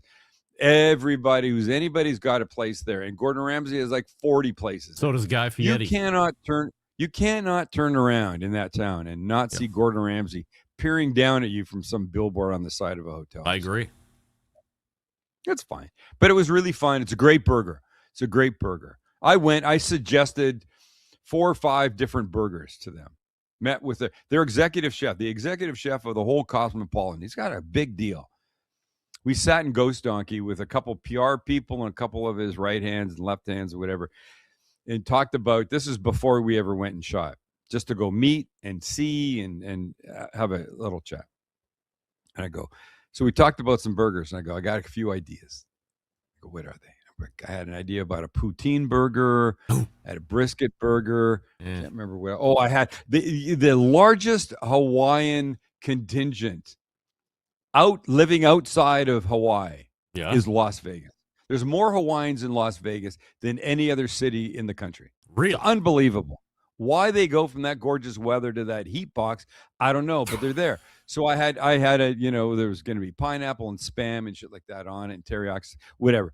And so he was going like this. He's British, so a little stoic. He's really great guy. His name is Mark Crane. So I'm going through these burgers. And I go, okay, I guess there's one more burger. And I go, I'm bringing a little bit of San Diego, a little Southern California with me. So it's a smash patty with carnitas, and there's guacamole, and there's a little spicy crema and some crispy onions. He goes, I think that can work. And the reality is, the guy's running a proper operation. Just because I think it's a good idea, it doesn't necessarily doesn't necessarily have to work for him. He's got to strike something that he thinks is going to work for the restaurant, and he can make. And so they actually made it better, because my idea was smash patty with carnitas. He took some cooked carnitas. It's on the bottom, a ball of ground beef on top, and the two get smashed together. It's great. It's really fun burger. Super delicious. Chipotle crema. So it's great. So go have it. And go out. The restaurant's called Naughty Patties. The burger's called the Naughty Sammy. And the Cosmopolitan reaches out to you independent, just unilateral reach out to you. Hey, we're a big fan. Yeah. We got to do this. Just like that. We're fans. Yeah. Wow. I wish somebody would reach out to me and do that. How do you say no to that? You don't. I couldn't say yes fast enough. If anybody's listening, like Caesar's Palace or the Encore, let's go. Ready. Send your jet, and I'm happy to be there. Oh, well, okay. Didn't they send your jet? Didn't they send you a jet? They didn't send me the jet. No. What? But the point is, that. Do you know who you're talking with? This was Sam, the cooking guy, crying out loud. It was super fun. Super fun. Meet and greet, meet and eat, as I call it. How did that turn out? What's the turnout for a meet and eat? It's great. I don't know. 45, 50 people. No shit. Pretty good. I signed. They had me, and I don't know. They're gonna make a little video of it. First, they had me behind the counter, ringing in stuff that I absolutely could not do. I had somebody there with me, Abby. Abby, please don't let me screw this up. I don't want to crash this place today. So I pushed a couple buttons, and I go, "It's all you." I just took orders, said hi to people. I gave away 20 cookbooks to the first people in line, and then I went and when the orders were ready, I was giving Allison. Giving out some burgers and stuff like that. And then I just went and signed books. And people were just in the restaurant, and I just milled about and signed books and sat and talked to people. It was great. 5 to 7. And then we went and ate after that. Went and had a good drink at the Ghost Donkey. Yeah. And then went to Best Friend, my new favorite restaurant in Las Vegas. My Detective Corey's favorite restaurant is Best Friend. That's a great place. I almost went there with him, but then work got involved because work got involved. Oh, fucking work. Yes. Don't you hate work? That's how I get there. Work. I can't stand work. I think my favorite meal in Vegas so far has been In-N-Out Burger. Yeah. I don't feel like I'm getting raped, and it's good. No. That meal is $13. Fries and a drink and the double burger. Where are you going to get that? Where are you getting evidently nowhere else in Vegas because everything else was $100 or more. I remember. So we've lived in San Diego a long time. Had In-N-Out a long time, and back in those days, it was only in California. There wasn't anywhere. Yeah, else. right. And so it was great. And then Shake Shack opened, and I had my first Shake Shack the first Shake Shack in New York. There was a couple other ones, but we ate at the original one in some part. Pat LaFrida Meats. And I was like, "Holy shit, this could be better." Yeah. And it only took me one more time coming back to San Diego and having In-N-Out going, no, In-N-Out wins. In-N-Out wins. It really does. So consistent. It's a great operation. The fries are better. They do not have a freezer anywhere in that store. Yeah. Anywhere in their stores. They don't. They're just pumping them out. That's the way it should be. Yeah. And they pay their people a lot of money. I don't know anything about In-N-Out In-N-Out managers somewhere around $150,000, $160,000 a year. Come on. It's pretty good. Wow, pretty good. I'm just a big fan. I've had it twice, and it was just as memorable the second time. There was no letdown. The fries are better than Shake Shack, although I think Shake Shack burger is better. I have a Shake Shack here in Cleveland. I don't think. Listen, the first They're one very good. I had, I thought was better. Yeah, they're very good. Okay, but it's a good operation too. Yeah. So if you could only pick one place to eat in all of the Vegas, is it Best Friend? I'm gonna probably go to Best Friend. Yeah. Wow. Not Hash House at Go-Go? I do like. They started here. No, I don't like Hash House. Sorry. I mean, no, it's fine. It's not my. It's okay. It's not my. It's not my thing. Yeah. It's not my thing. Look, I'm a fan of Asian food. Love it. The Korean influence is great. It's great. Their food is super great. I had lobster there the other night. I don't know. It was probably the best lobster I've ever had. What the hell they do to that? Was that the dish thing that you had with the lobster and the curry and the? No. That was that Sarang's Thai. I got to tell you, that looked. That was insane. But is it too curry? I don't know if I like curry. No. But it looked like a lot of. Was it crab? Was it crab? It was crab. Yeah. Yeah. So it was Wagyu cow soy. Cow soy are like curry noodles. There's a broth. They add Wagyu to it. They torch the stuff. Then they add a big shit ton of fresh crab on top of it, and then the curry around it, and you mix the noodles. Damn it! If you haven't watched that video, it's a couple weeks back. It's what we ate in Vegas. Go watch. It's really good. Tamale pizza. Oh my God! Yeah. There's a place in Albuquerque, New Mexico. I saw an Instagram video of somebody eating it. It's a tamale. This is what I believe it is. It's a tamale crust, and it's a stuffed crust with red chili pork, right? I'm like, I got to make this effing thing. I got to make it. I can barely make a tamale, let alone a crust with like masa and the whole thing. Yeah. So I figure it out. I buy the masa. If you watch the video, and you should watch it, I don't care about views because it's something interesting and you might want to make it because it's so good. Yeah. I make some masa, like a big ball of it, and I roll it out. And it's not like pizza dough. It's much flakier. Yeah. It looked Maybe like I needed a little more water. Almost I like don't biscuit. Really know. It's like sort of like biscuit. So I roll it out. I make the red chili pork. And then I take a ring of the red chili pork about 1.5 inches from the edge. And then the outer edge, I encase this chili pork in, right? And then I pre-bake it for a few minutes. Take it out. And then a very light little dusting of sauce and some cheese, pepperoni. And the pepperoni, even though there's red chili pork in the crust, I did the pepperoni because when I watch the videos from the restaurant, see the guy talking, the guy goes, "This is our most popular one.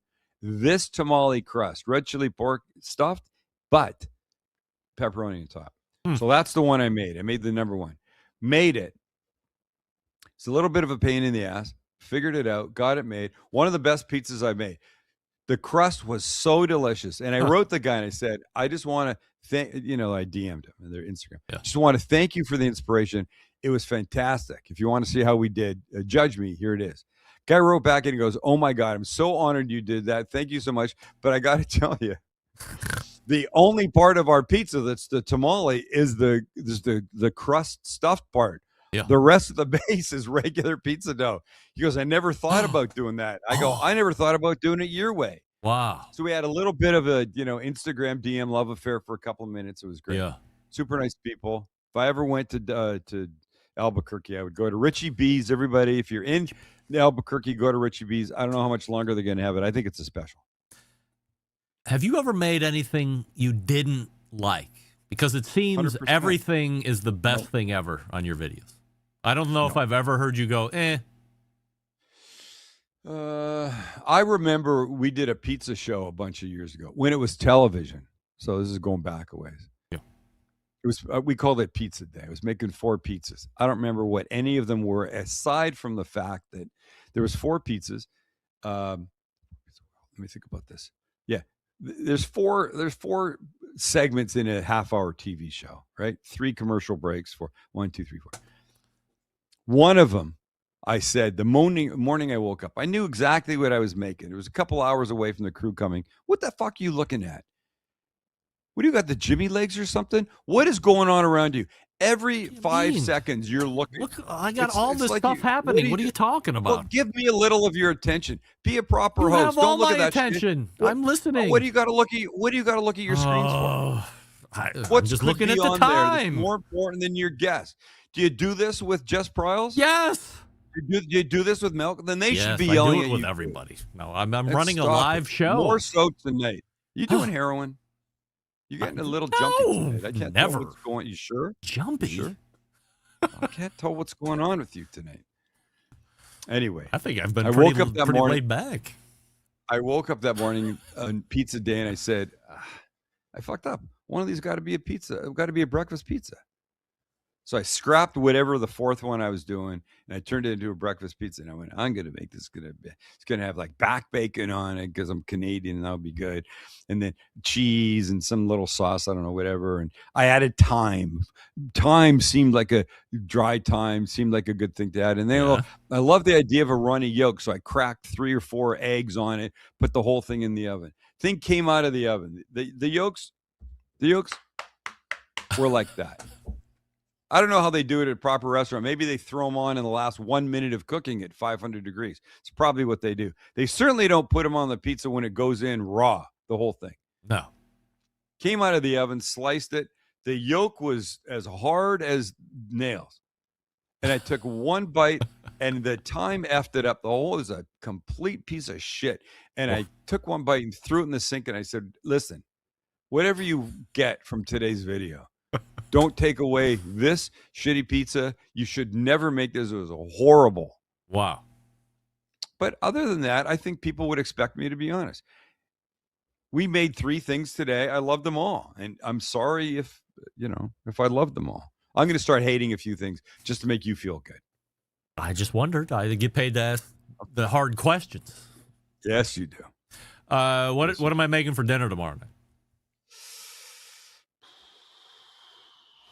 You're going to make, one of these months, you're going to know this question is coming. I don't know why this question comes up. Like, it's only been being asked for a year. I made egg salad tonight. So we're going to have a naan and, oh, God. Not me. There's no onions in it. Oh, there's green onions in it. No, I mean, nevertheless, I will not eat egg salad. Why? I don't Lots like of protein. It's good for us. us. I don't like it. Do you eat eggs? Yeah. Lots. Yeah. Many different ways. Not egg salad. Hard boiled? No. Hard boiled? No. Oh, there's the problem. There's the problem. Okay. Yeah. Okay. Whatever. It's fine. It's fine. My mom used we to can make go now. You one of my best yeah, sandwiches that I used to make I used to eat as a youth. My mom would make scrambled egg sandwich. So white bread. Go ahead. Butter. Cleveland. I get that. Butter on the inside, right? Well, originally from upstate New York, but then eventually to Cleveland. Butter on the insides. Make the scrambled egg.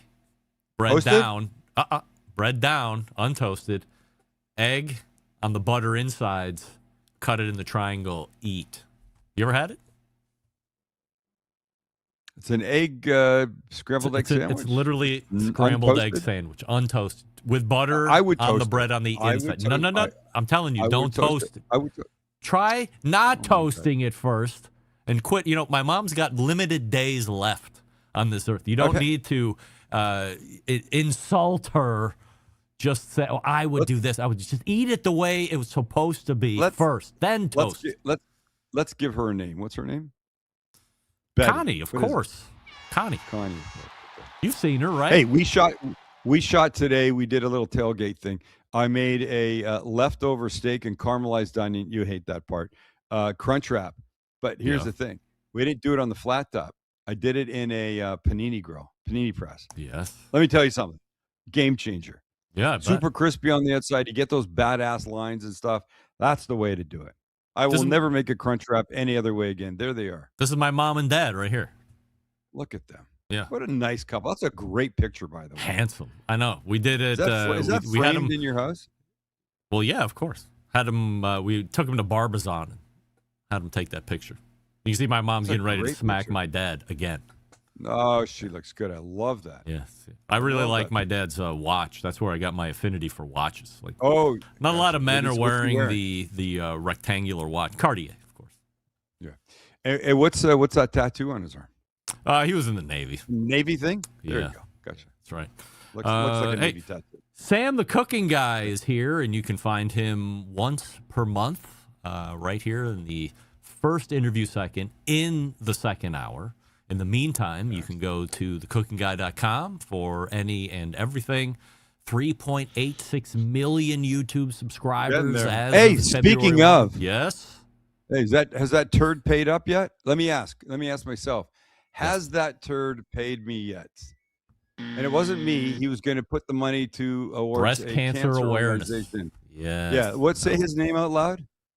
Matt Osman. Human turd. Yeah, no, he hasn't. Human turd. All right. Well, that's being brought up at the end of the month. We're going to put him up for banishment until he pays up. Please, can I call in on that one? Yes, of course. You can do a drop in like Jerry Springer. We'll just bring you in. I would love to do that. All right. We'll plan it. Here's what I like. I like people that keep their word. Yeah, well, guess what? Matt's not very word keepy. It's not. Yeah. All right. Okay. All right. We'll see you in March. Peace. Yeah, I look forward to it. All right. We'll see you then. There he is, Sam the Cooking Guy right there. And my mom is saying, thank you, Greg. It is delicious. So, Sam, try it untoasted first. Scrambled egg, white bread, butter on the inside, scrambled egg in the middle of the untoasted bread. Let the butter cascade over it. Do its thing. A little salt if you want. Jam it in your mouth. You're going to love it. Sam always has to one-up somebody. I mean, why hurt my dad's, or why hurt my mom's feelings? By the way, can you believe that Sam the Cooking Guy thought that these were my parents? Is that my parents? Or is it? Didn't even... What's that tattoo? Oh, he's in the Navy. Not in the Navy. Army. Not the... Rusty was in the Navy. We all know that. All right, we're back with David Gafford right after this. Stick around. Be right back. You're listening to the Barbecue Central Show.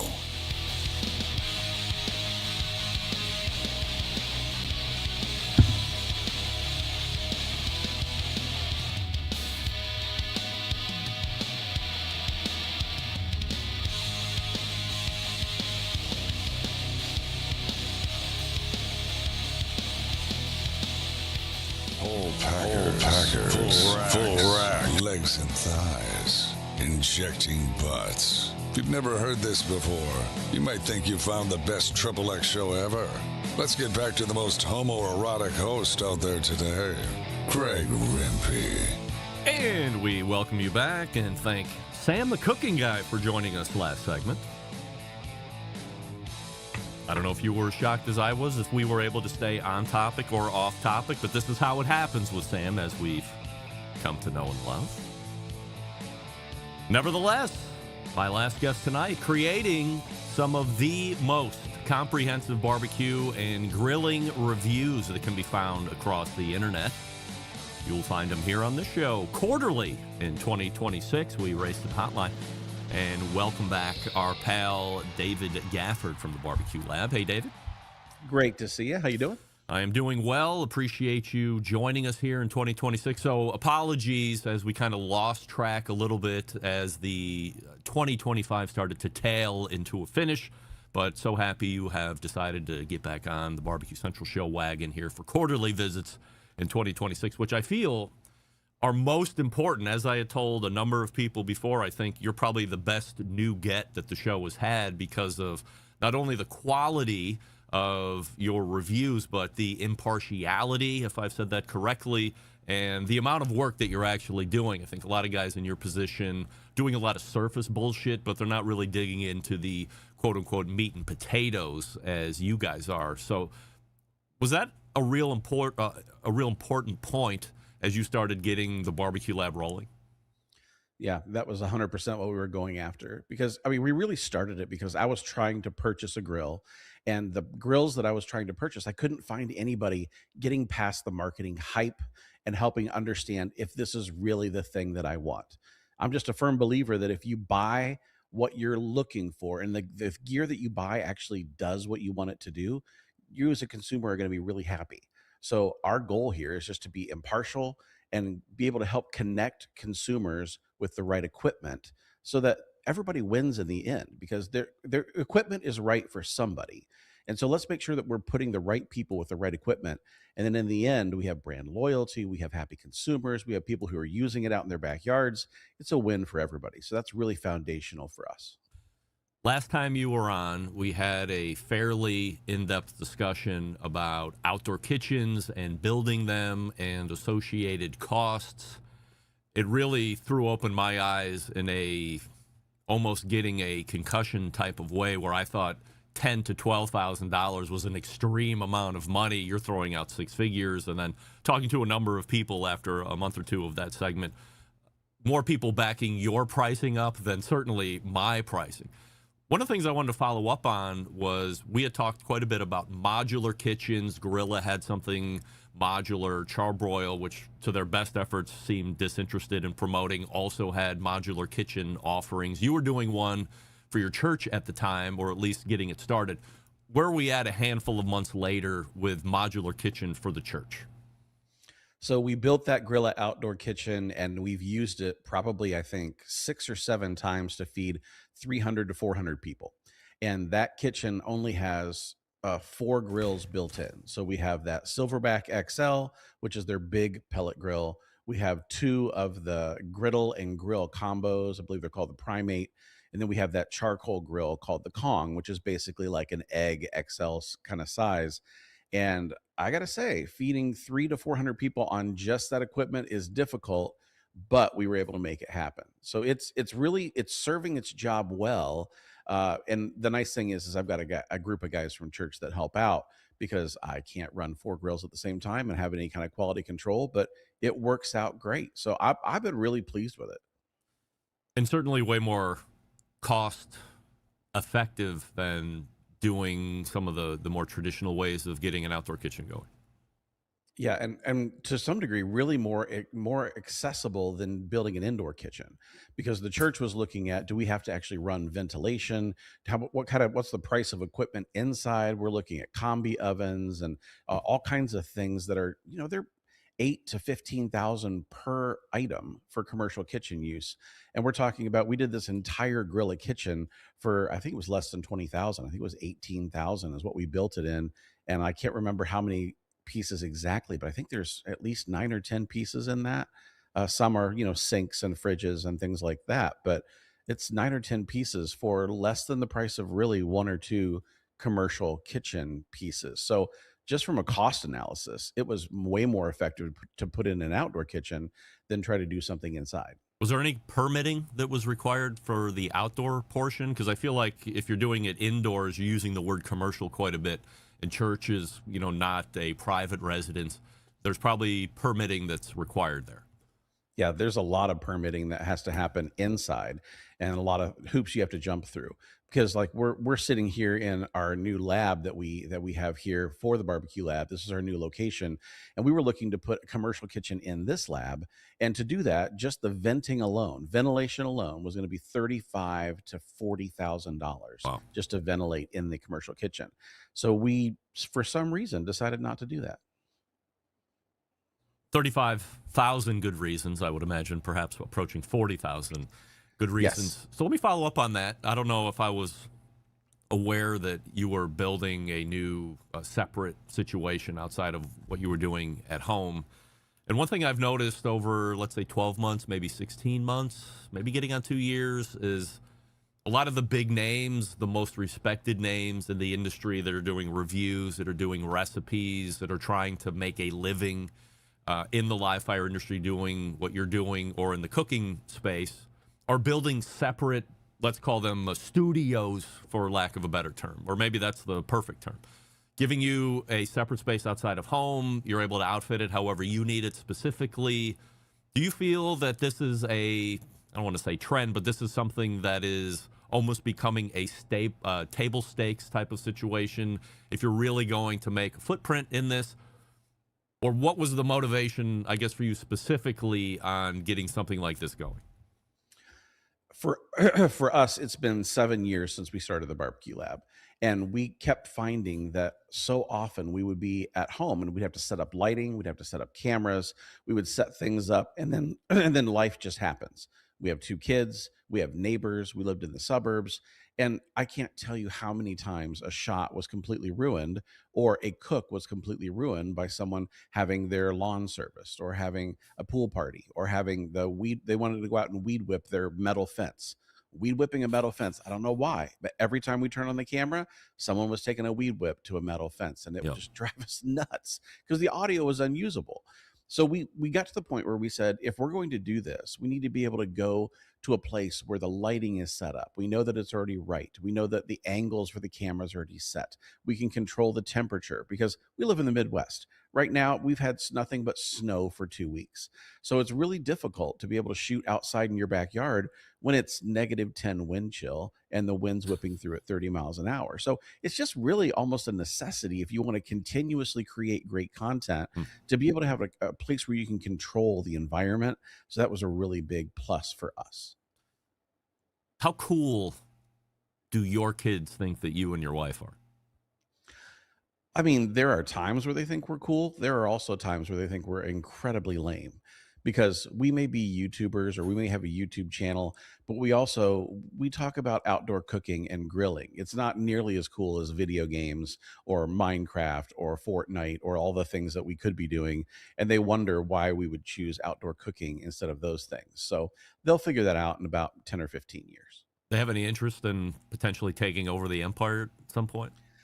Oh, I mean, our son, who's the youngest, he's 12. He definitely has plans, and he's already been talking about it. He's like, when I take over, and I said, whoa, whoa, whoa, whoa. We haven't even gotten to the point where, can you beat me in a cook-off yet? No. So let's just slow your roll, and we'll maybe get to that point. But he's constantly challenging me. He's like, hey, let's make a new video. I want to challenge you to X, Y, or Z. We already did one where we competed in a pork butt cook-off where he got to choose the grill, and he chose the gas grill for me. So he's incredibly mean when it comes to that. And he's already figured out the next one. He goes, we're going to do a cook-off, and we're going to do low and slow cook, and you get to use a pizza oven. And I'm like, well, thank you. That's very nice of you. Yes, a vessel that is known for its ability to go low and slow. So great job, son. What's the outlook here for at least the first half of the year from a goal standpoint for Barbecue Lab or a content creation standpoint? Well, we always take January, and Melissa and I go off site, and we end up doing a retreat where we basically try to plan the content calendar for the year. So we looked back on the last 3 years of content, what worked, what didn't work, what really took off, what people seem to be asking for. And we take time and read the comments. I mean, there are some comments that are just nasty. Welcome to YouTube. But there are some comments that are truly helpful, and they're asking for certain types of content. And you're going, I can see where there's a space for that. So we've already created most of our content calendar for the year. So I think we have probably our next 50 videos already lined up where we know what they're going to be and we know what the topics are going to be on. So now it's just executing that and getting all of the gear here to be able to round it up and pit it against each other. Are you always in the middle of 2 or 3 or 4 different videos, or do you have to remain vigilant on just one to get it over the goal line? Oh, it takes us months to be able to get all of the things here on site. And then if we're cooking on things like, say, for example, a pellet grill roundup where it's best pellet grill under, $1,100. If we're going to do 3 cooks or 4 cooks on each grill and there's 8 grills, I mean, you're talking about, 20, 30 cooks that you have to do. And they're not all an hour-long cook. They're 8, 10, 12-hour cooks. So in order for us to do that, we've got to be working on that while we're working on individual content or another roundup. We constantly have, I'd say, anywhere from 4 to 6 videos going at any given time here at the lab that we're trying to juggle. And luckily, Melissa is the detail-oriented one of the two of us. I would not be gifted in that area, but she helps keep it moving forward. You'd mentioned best roundup of pellet cookers, but I'm interested to get your take on what the best kettle cooker is to get if you're in the market.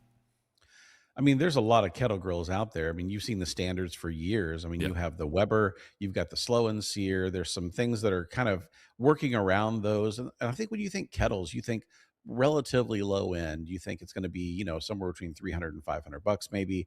But I have to say, I really do like that Huntsman from Spider Grills. It's a combination between the two. It's not quite a Kamado, but it's not quite a kettle. It kind of sits in the middle there. But the fact that there's a digital control on it means that your kettle cooking, it's easy bake oven style. You go in and you light your charcoal, you set the digital control where you want it to be, and it just works. So if I'm going to work with a kettle, I really do like the Huntsman. QPR of $1,000. It looks like that's where it's currently sitting right now. Worth the money then? Yeah, I think when I first reviewed it, it was right around the $7.99 or so area, and so that was a little bit more achievable. Now you're sitting at the $8.99, $9.99 realm. But the thing that I would say is that in comparing the external quality, you're looking at the thickness of the metal, you're looking at the way that it's built. That thing is built incredibly well in comparison to a lot of the kettles that are pretty flimsy. If you drop them, they're going to dent. So I will say that I would expect the longevity of that unit to be decades as opposed to years. A couple more questions here before I let you go tonight, and appreciate the time. Were you surprised, and this was a 100% surety statement on the embedded correspondence segment last week, were you surprised that Blackstone came out with a Santa Maria style grill? Yes, I was surprised. But I would say that Blackstone has always been reaching for more options when it comes to what can they bring to the market. So there's a little bit of me that says I can see them continuing to get into different verticals. You look at the pellet grills that they put out in the last year. They have different griddles. They've been going into the outdoor kitchen market. So you're beginning to see them really branch out. But live fire was a jump that I didn't see coming. Because they are being CEO'd by the same guy who was the Blackstone guy, as they are now merged but acting independently. When you see a company that is more griddle-based, is extending out into different aspects of the live fire community, do you look down the road and say, well, at some point, two are naturally going to become one, or do you see both remaining independent, at least for the foreseeable future? Well, I think for the foreseeable future, we're going to see them remain independent. But the question for any merger like that has to say, how effective are we at running two separate companies with two marketing departments and two development budgets and two locations? There's all of this double cost that goes into running any two separate companies that when merged has the opportunity to be able to put massive savings on the table. So I think the question becomes, what ultimately happens with their cash, what happens with their debt. And I think that's going to cause a potential restructuring if they don't continue to see a healthy bottom line. That being said, do you think that Weber this year in 2026, rapidly coming to a close, by the way, is positioned to dominate the live fire market this year? I don't know. I would say that there's so many different brands that are trying to get into the live fire market. I mean, one of the gauges that I look at for trends that's coming up is I'll hit some of those shows in February and March, and as I hit the shows, different vendors coming out with new products. Over the last few years, it's been pretty heavy in the live fire arena from 20 or 30 different brands. So when I start seeing that amount of product coming to market, I think that there's a lot of people who want a piece of that live fire grill. And I don't know if they're positioned number one to own it or not. I think I would probably say there's a lot of brands who want a piece of that. So there should be some healthy competition. David Gafford can be found over at the Barbecue Lab. The website, of course, is thebarbecuelab.com, spelled the correct way, BARBECUE. Before I let you go, David, anything you want to mention as far as tease of release that we should be on the lookout for? We have all of these comparisons that we're working on right now that no one knows what they are, but basically we have been rounding up 8 to 10 items of a bunch of the things that everybody's been asking us to do that we've never even done before here. So there are things coming up that people have been asking us to do for years that are coming up here in just the next few weeks, the next few months. So keep an eye on the channel. A lot of great stuff coming up. Dave, always appreciate the time, and we'll see you in 3 months. Thank you, sir. You got it. There he is right there. Always the pro, David Gafford, thebarbecuelab.com. All right, let's go ahead and get out of here all the way back in the first hour. Malcom Reed, of course. Always love catching up with Malcolm. And then after Malcolm, it was Kevin Grothe. Initially, it was only going to be Memphis in May talk. And then, of course, we have to learn about Smoke Slam, and is there going to be this unified event and all that fun stuff. Then we moved in the second hour, saying the cooking guy, of course, and then closing out with David Gafford, barbecuelab.com. A big show planned for you next week, so be prepared for that one. Get in early, get in often. So how do I always leave you? September 11th, 2001. I will never forget. And until next Tuesday at 9 p.m. Eastern, this is your program host and proud U.S. American Greg Rempe saying, Shalom, shalom! This is Chris Payne from Euclid, Ohio, and you are listening to Barbecue Central.